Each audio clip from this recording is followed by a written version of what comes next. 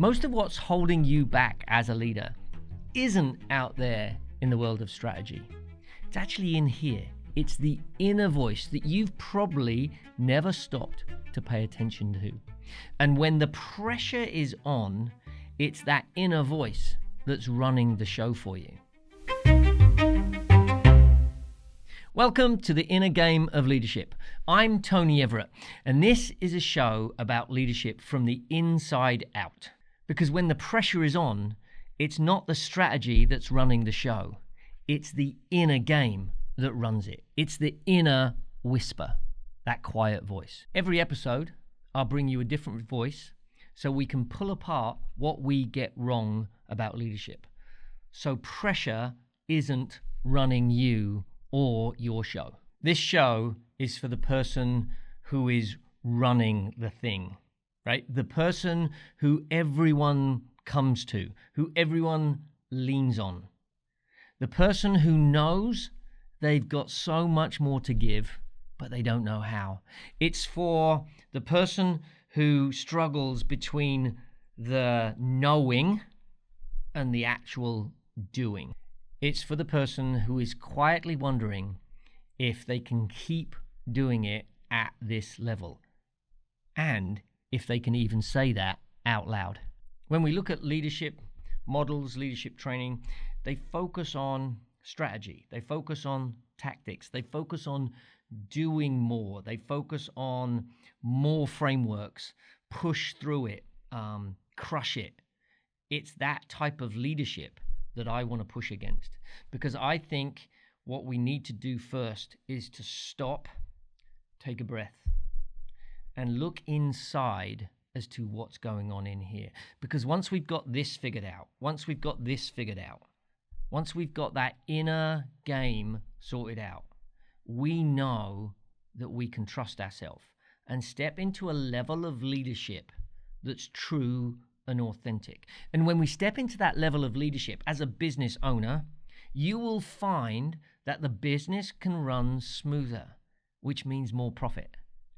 As if you're leading a team, the team will trust you, and so they will go out there and do their job, which means increased revenue.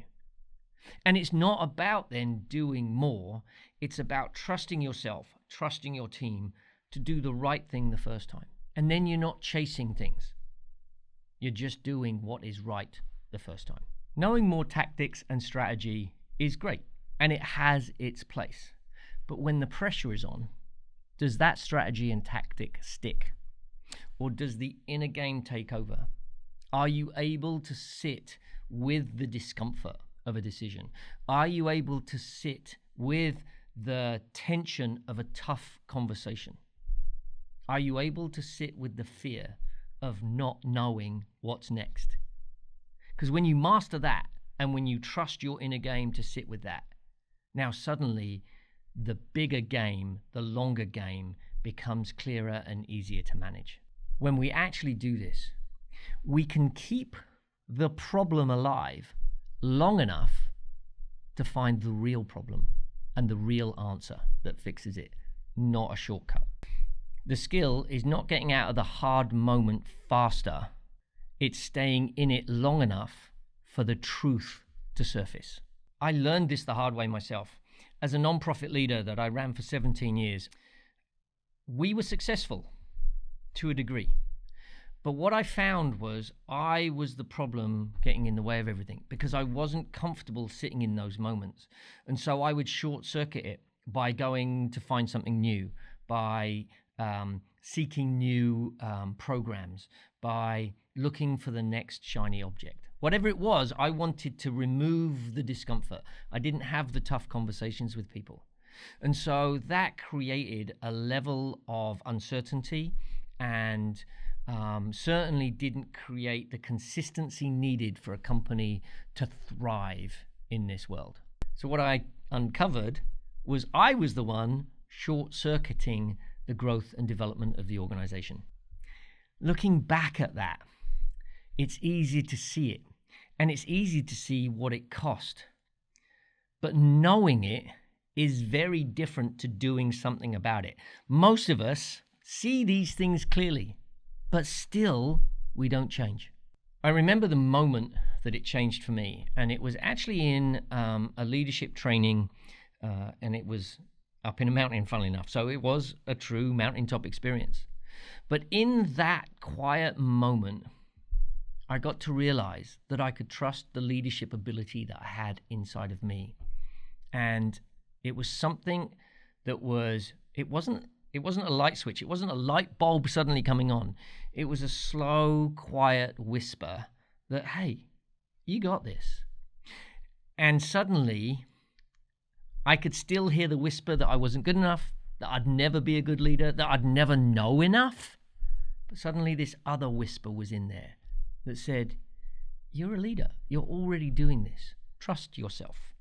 And from that moment on, I started to take action in a way that grew my self-trust as a leader. I started to sit with tension. I started to hear the moments where it was okay to let ambiguity be there. And things started to change. And that's when this journey started.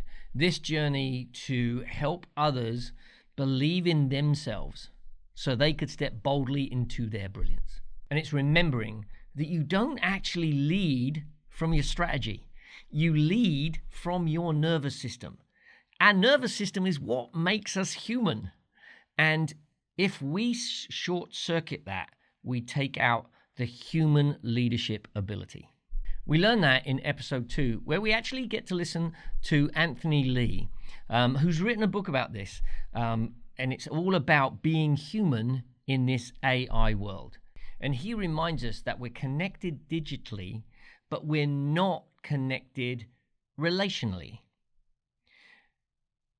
And if we sit with our nervous system long enough, if we sit in that tension, we can then start to relate to people. That is what makes us a leader. In episode 3, we talked to Travis, and he reminds us that leaders don't know what they don't know.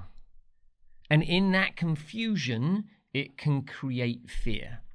And he reminds us that pressure is all about sitting in the moment, understanding this, and then time on task allows us to then move through the pressure. He's in the risk industry, and you would think that he would be selling fear, but he doesn't. He sells education. In episode 4, we talked to Bob Johnson, Dr. Bob Johnson. An amazing conversation, and he reminds us and pushes against the whole idea that the opposite of right is wrong. He has a different thought on this, and he says the opposite of right is right. So you want to listen to that show because that's a really interesting conversation about both parties being in fact right, and how do we deal with that. And then we meet Megan in episode 5, and her big statement is don't let adjectives describe what is actually happening. So if you say to yourself, I'm a loser, is that 100% true? Are you really? And if it's not true, what else is possible? And we get into the exploration of really what's going on in the inside and the differentiation between stories and fact. And that's a big, important differentiator. So if anything landed from this show today, do one thing. Follow the show. And maybe share it with one other person who's carrying too much, who doesn't believe they're good enough, who doesn't trust themselves as a leader. And if you're ready to close that gap between knowing and doing, go to MPB Coaching right now and click on the Schedule a Clarity Call. And I'd love to talk to you about what's going on in your life and what's holding you back from being your very best self. So stay in the moment, stay clear, and I'll see you next week.